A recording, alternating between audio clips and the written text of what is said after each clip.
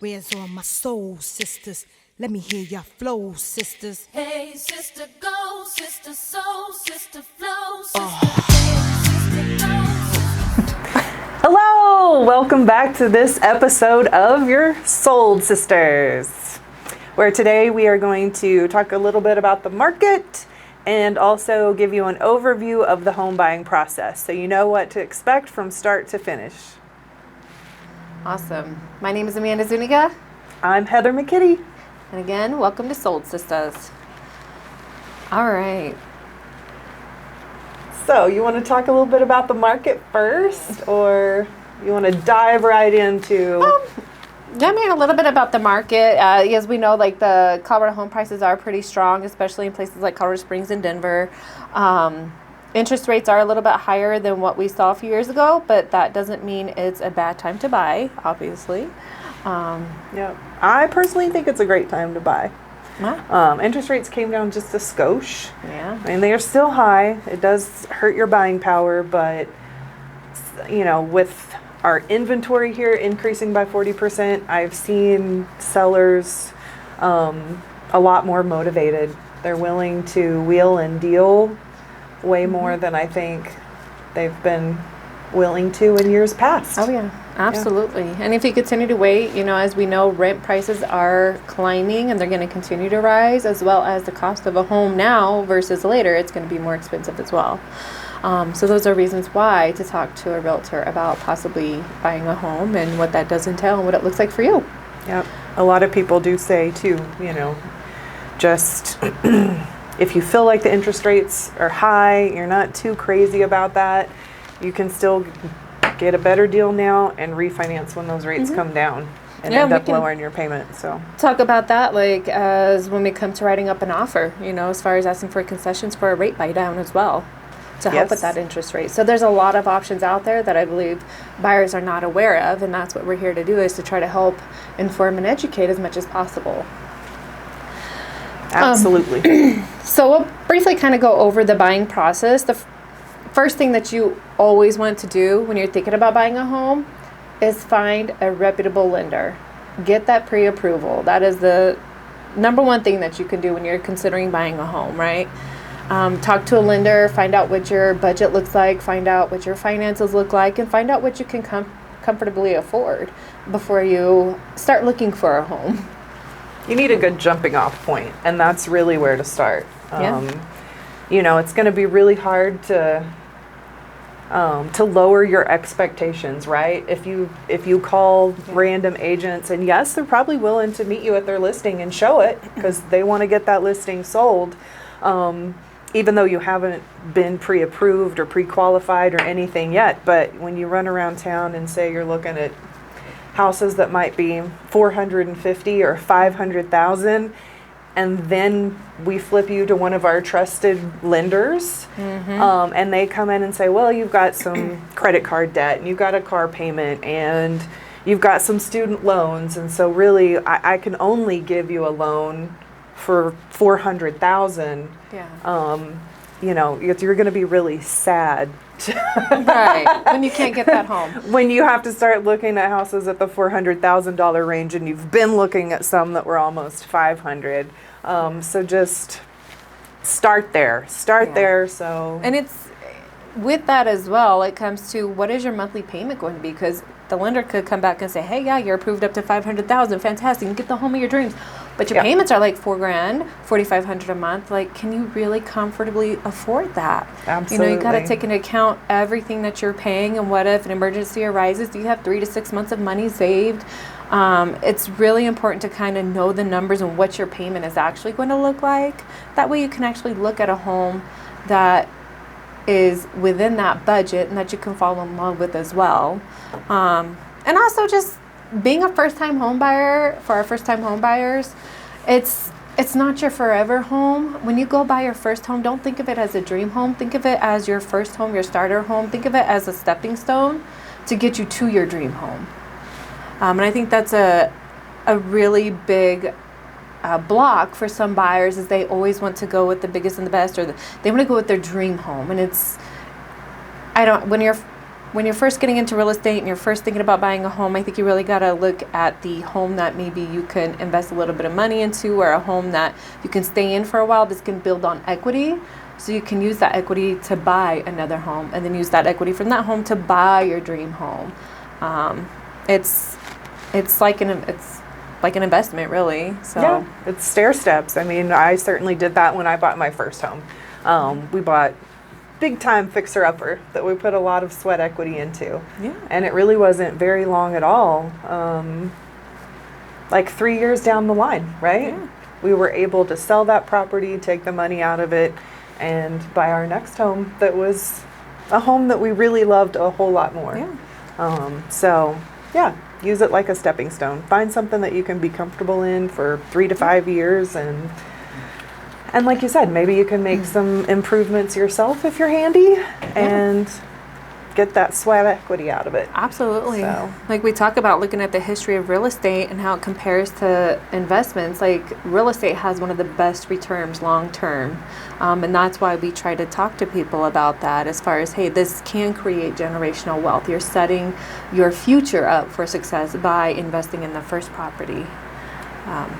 Yeah, just kind of tag on that. Sorry. Absolutely. Absolutely. So after you find an amazing lender and you kind of go through that process, and you get that pre-approval, next step obviously is reaching out to your agents. So you call us. That's what we're here for. We're here to help you interview different agents, see who you work well with. Again, we are always here to help, and what matters to us is what's in the best interest of our clients. But when you find that agent, will start the process of trying to help you narrow down the search, narrow down the homes that fit within your budget. Yep. I usually, like she mentioned, your lender may say you can buy a $750,000 house, but you're like, I do not want this payment. You tell the lender the payment that you do want, and they'll calculate it, and we'll have a nice range to work with. And then, I just ask other questions. Is the school district important to you? Do you have kids? Is being close to work important to you? Things like that. You want to think in general terms of, where do I want to be in the city? Kind of have some type of area in mind. And then we start working from there with, how much square feet do you think you need? How many bedrooms? How many bathrooms? Are you looking for a garage? Does it have to be a 2-car garage? Or there's people that say, no, I have to have a 3-car or better, But we can plug all of that into a very sophisticated search for you, so that you are also finding out. This is what I think is probably one of our biggest values. Nowadays, everybody starts their search online. And buyers, I can't fault you for it. It is so much fun to scroll through Zillow and look at houses on Zillow. And I have had clients that have found their own properties. Hey, Heather, what about this one? I didn't see this in my search for whatever reason. But when we set you up with the search from the MLS, it's all real time. Like the second an agent has a new listing and they put that in and they click the save button, if it matches your criteria, it's emailed to you instantly. So that way you're the first to know about it. That's super important, especially in hotter markets where things are just flying off the shelves. It's very, very helpful to be the first to know about something, so you can be the first one to run out there and look at it, and the first one to put an offer on it if it's an amazing house. Absolutely. So. Yeah. And I think a benefit of a realtor also, like I've had an experience where somebody had reached out to me, said, hey, I seen this house that we were really interested in. It was on the market. Now I don't see it no more. What happened? And I reached out to the agents, and I was able to talk to the agent and find out that the sellers wanted to try to get it sold before the school year. And because they haven't really got it sold, they were taking it off the market. But if somebody was really serious and really wanted to see it and were interested, they might be able to work with them. So having a realtor that you can kind of reach out to, that can network with other people, reach out to the real estate agent and try to still work a deal even if they took it off the market. I think that's where there's a lot of value too. And then also, I think it's important when you do speak with the real estate agents, and when you find that realtor, to have the discussion as far as how long do you plan to stay in that property. Because a big thing is making sure that you stay in that property long enough that you're going to allow for it to build equity. You know, I think a lot of times we have that conversation, well, if you're in the military and you're gonna deploy in about 2 years, it may not be the best investment option unless you plan to rent it out. And then in that case, what do rents look like in that area? And what are they gonna be like in 2 years? Because I'm okay, a lot of the conversations I have with my buyers and my sellers is, you know, especially with my sellers, like, do you really want to sell this property? Have you thought about renting it out? Have you thought about making it like a potential income property so you can get that income and go buy your next home? Or sometimes people just want the equity from this to get something bigger or better. But just having that conversation with our clients and making sure we know kind of where they're at, what their goal is, so we're on the same trajectory. Yeah. The next step, when you find that agent, you find the home. We're going to go take a look at the homes. The next thing would be? Well, you're going to find one you fall in love with, and then it's time to make that offer. Yes, it is. So, awesome. and we can coach you through that step by step. Don't get too afraid. Their contracts are what, 23 pages nowadays, 24 pages, They are long. something like that. But I do like to sit down and do a little consultation. We can run through everything that's in there, break it down into, you know, digestible pieces, answer any questions that you have. And I think that's the most important thing is that when you do receive that offer or that contract, like, it can be really overwhelming. There's a lot of jargon in there that is just, it's hard to digest, like you said. So being able to have a trusted agent by your side to walk you through every step of that contract and make sure you feel comfortable, somebody that can explain it and has the knowledge behind it to explain it, I think that makes a world of difference. You know, and I will back up just a little tiny bit too. I think another place where we hold value, right, is even before we write up that offer. I don't know about you, but I do this for every single one of my clients. When they're like, Heather, I want to make an offer on this house. Whether they ask for it or not, I send them comps. Yeah. And say, okay, here you go. This is what sold in the last 90 days or the last 6 months. It just depends on how many properties are out there, right? Whether you're looking at the last 30 days, 60 days, 90 days, to say like this is what all the similar houses like the one that you're in love with are selling for right now. This is how much they're paying towards buyer's closing costs. So you can tell, are they fairly priced? Are they overpriced? Are they underpriced? Like, because that makes a big difference. It does. Where you want to come in with that first initial offer. So so you can write a clean and competitive offer. I think that's really important. Yep. As well as when you do write that offer, going through that process, there are going to be some due diligence items in which we will be in communication for. So once you write the offer, a lot of times for my clients, if it gets accepted, I'm like, hey, get that earnest money turned in right away. And you might not know this, but like earnest money is totally negotiable too. So I don't think a lot of agents talk to their clients about that, but sometimes it can be negotiable. And I think that's important for us to inform our clients just in case it was something that maybe they didn't have that full amount. But once we get that earnest money done, a lot of times I'm trying to have my clients get their inspection done within the first couple of days. If you get that inspection done on that house, a lot of times we'll send you a list of different inspection companies. I always recommend to my clients to kind of call them, see what services they offer, look at their reviews, see who they mesh well with, see their pricing, and decide who they want to use. When we get that inspection done, then we go ahead and get that objection written up and sent over, so we kind of have an idea of what everything's going to look like before the bank tries to order the appraisal. Because a lot of times you have to pay for that appraisal, either up front or it gets added to the end, like a closing cost. But I like to make sure that if my clients decide to back out of a house due to an inspection item that's not going to be resolved or anything, I want to make sure that they didn't pay for that appraisal to be done, and they're backing out and they lose that money. Yeah, absolutely. It always surprises me when I see people that order that appraisal within 48 hours of going under contract.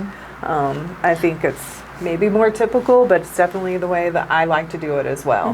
Why should you have to pay $850 for an appraisal on a house that you do not intend to buy because you found out the foundation is crumbling out from underneath it? It's just What I did learn though is that some banks will eat it up.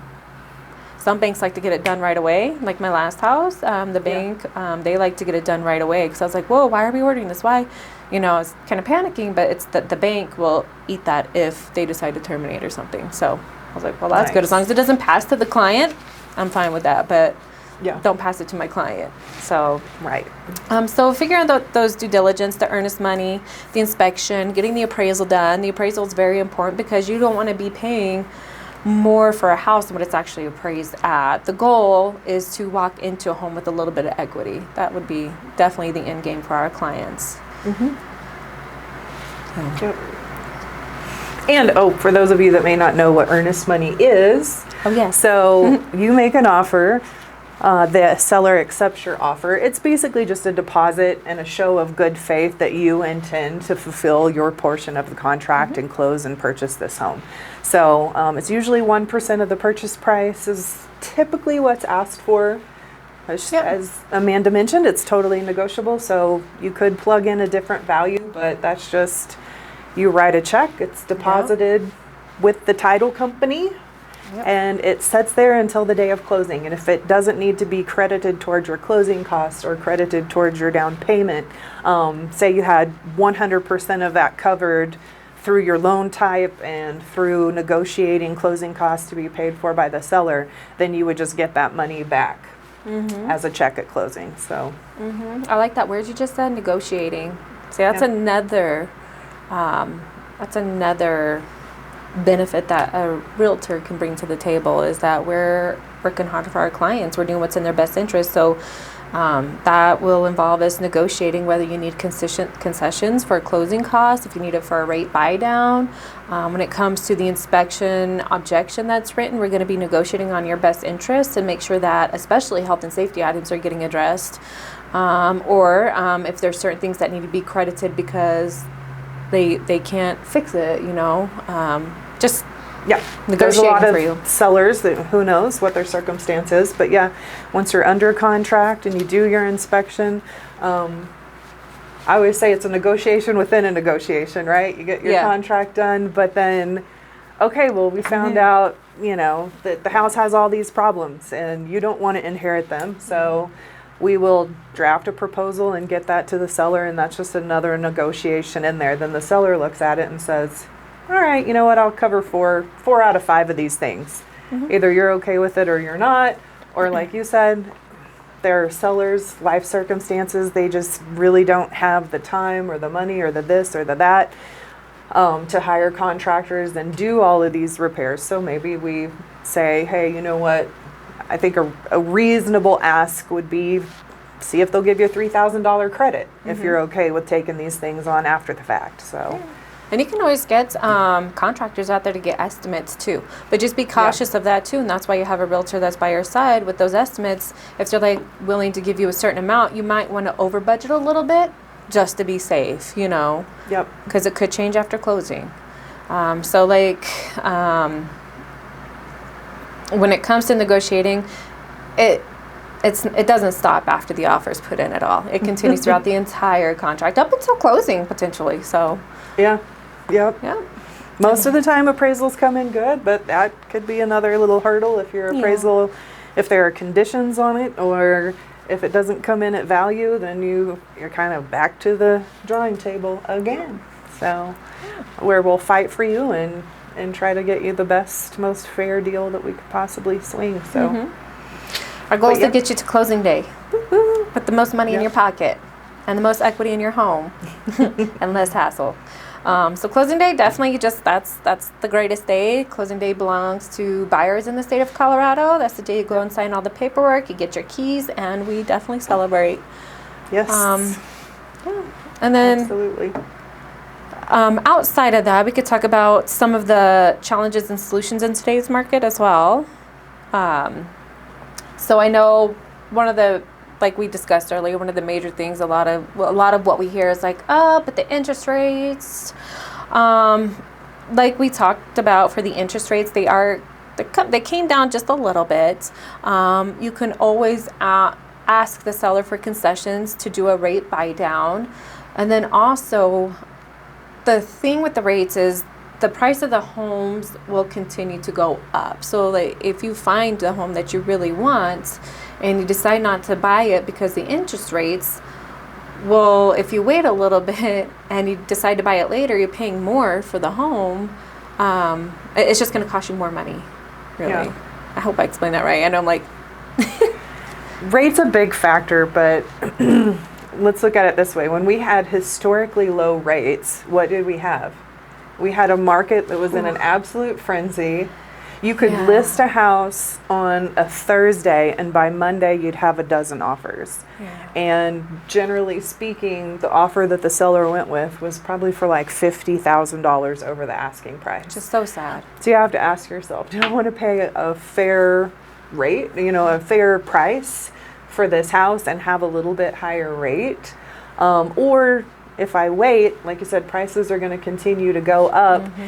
And then even though the rate might be less, all the other buyers are going to jump into the markets if the rates improve a lot. And so you're going to be right back into those bidding wars Yep. and stuff again. So I say one of the, it's very expensive to buy the rate down permanently, right? You got to throw a lot of money at it and you may only get, I don't know, 0.25% better, right? Which isn't a huge savings to you. So what we're seeing predominantly is the 2-1 buy down, and it is temporary, but it gives you a nice 2-year period where you're actually saving a lot of money. It saves you more money than, say, asking $10,000 below their asking price. That'll save you $65 a month, right? 20 grand below the asking price, saving you $130 a month. The 2-1 buy down, you get a rate that's 2% less for the first year. And like I said, when I look at those numbers, sometimes that's a savings of as much as like $400 a month. And then you get a rate that's 1% less for the second year. And of course, the logic there before it adjusts all the way back up to whatever the going rate is on year 3 is that maybe we'll see some relief before then. And you're able to refinance and actually get into a much lower, like, permanent rate that you don't have to worry about. Yeah. And I think you brought up a good point with that too,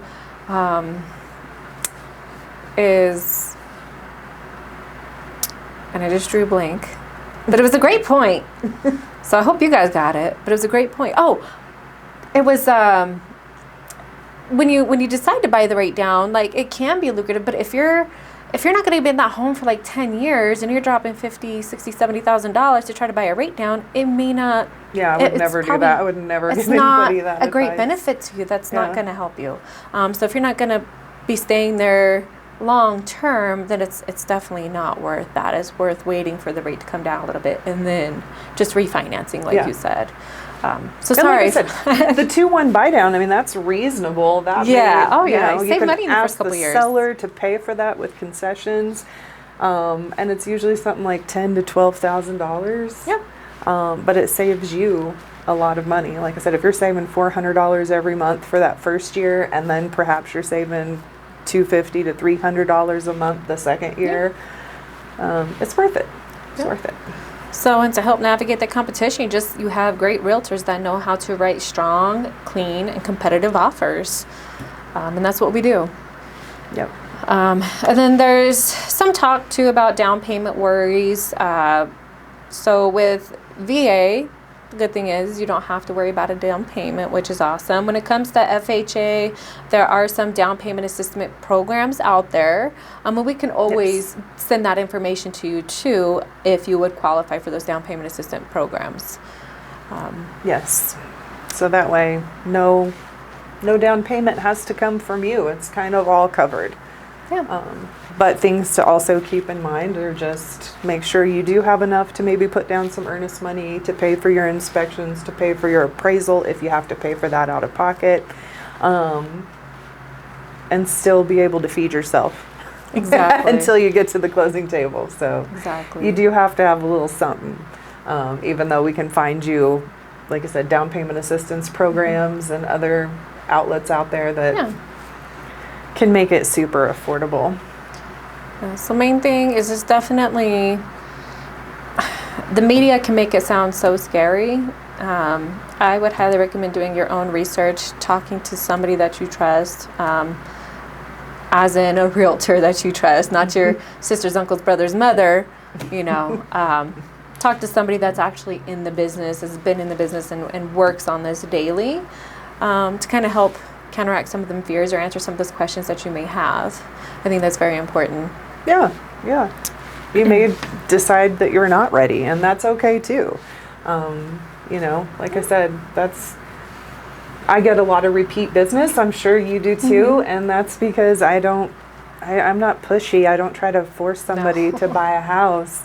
I would never do that. Like, it has to make sense for you, and you're the one in the control. I am just helping you figure out the best way to reach your goals and make sure that you're pretty much fully protected as we go through all of these stages and steps. And I love how you said that, because buying a home, it's an amazing thing, but sometimes, depending on what's going on in somebody's life, it may not be right for them in that moment.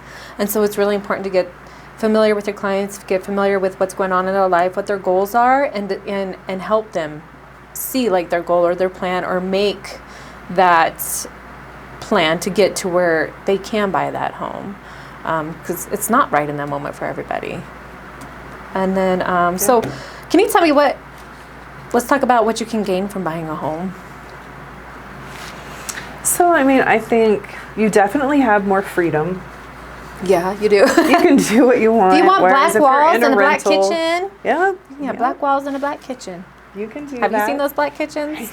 And the reality is, you know, rental rates, they're always going up and up and up and up and up. Once you get into a house, really the only fluctuation with your payment at all is just going to come in the form of if your taxes or your homeowner's insurance changes, and those are more minor changes. Yeah. So I think it offers more long-term stability. Oh yeah, peace Yeah. of mind, a little bit less stress in a way. Yeah, yeah. Absolutely. And if you know, most of us move around enough, right? But, you know, I'm hoping to pay my house off, and then one day, hey, no house payment at all. Right. You know? Which is And then I'm amazing feeling. living in my house for free. Pretty much. All I have to pay are the have- insurance and the taxes. So Pride of ownership, right? pride of Pride ownership. of ownership. Then the tax benefits that you can get, and then it's just a place that you can truly make it yours versus a rental. I feel like they have all these strict guidelines. Can't paint this, can't do that, can't do that. You know, if you wanna, you could customize your house however you want, as long as you're not in an HOA. If you're in an HOA, there are some guidelines. You want to be cautious, you know, depending on what you do with the outside of your home. But on the inside, You yeah, can do whatever you want. the world's your oyster. Yep. Absolutely. And like you said, it does help you grow wealth, which is kind of one of my pet peeves, I guess, with you know, how our prices jumped, and they jumped so high because rates were so Yes. low for so long, and then now the rates doubled. It's just, I get a little irritated that home ownership isn't more affordable for everyone in the world, because I think, you know, it does generate wealth over the long term, and it does offer stability over the long term. It does. So I Yep. think everybody should own a home, but that's I just believe me. real estate is one of the most powerful you can tools swing in building it. long-term wealth, for Yeah. sure. So as far as a great takeaway, buying a home in Colorado right now can be challenging, but it's absolutely possible. And with the right people by your side, it won't be as scary, I'd hope. You know, we'll try to make Yeah. it as easy or as simple as possible. It's not always the easiest thing, but we'll try to make it as simple as possible. Absolutely, absolutely. So yeah, I would say reach out to us first, unless you know a lender. You know, like I said, that was kind of what we said was the first step. But just to recap them really quick, Yeah. you know, if you don't know a good lender, reach out to us first, that's because what we're we'll here for. give you a handful of references of Absolutely. people that we already know, like, and trust, that we've been using for years, that treat our people right. But yeah, start That's a with the good point, yeah. pre-approval. When we say, hey, Yeah. find a lender, I mean, reach out to us. We'll help you find that lender. We're not just going to give you one. We're going to give you several different people to reach out to. Yeah. And see who you work well with, who has the best rates. Shop around. That's the biggest thing. shop around. Like I said, we're kind of here to help and to educate and to give you advice and to help you reach your goals. And we've talked about this in meetings. Like, think of us like we're your project manager, right? You know, we'll give you the Pretty lender much. information. We'll help you. We'll write that contract. We'll break the whole thing down. You know, there's a huge dates and deadlines table in there, right? That just scares people to Oh, death, yeah. right? And Yeah, so it's I like to. intimidating. It can be intimidating, right? So I like to be like, here's the ones that are your responsibility that you should kind of worry about. Here's the ones that I will worry about, and I'll just call you if I see a problem, right? Yeah. And we'll help keep you updated. Okay, hey, earnest money's due on this day. Hey, you know, we're not just going to leave it to you. We're going to stay in communication and remind you of that, because it is a lot of information and it can be overwhelming, and people do forget because life happens. And we have referral So- partners for the inspection too. If you're like, I don't know who to hire for an inspection, okay, well, here's 3 or 4 people that I think have been amazing and have helped my clients over the last several years. So Yeah. we'll just, like I said, that's kind of what we're here to do, is to make it as simple and as stress-free as it could possibly be. Absolutely. Yep. So. And make sure that you are in the best position possible. We don't want to set anyone up for failure here. No. The whole purpose in being a homeowner is to be a successful homeowner. Yes. And like you said, and get all of those tangible benefits from it. That's really important. You nailed it. All right. Well, we appreciate you guys joining us today. And again, if you guys have any kind of feedback or any other kind of podcast from us, please reach out. You know where to find us. Yeah. Any topics you want to hear about or any questions you have, just comment and let us know. Otherwise, thanks for joining us. And if you want to become a homeowner, give us a call. Yes. Peace. Bye.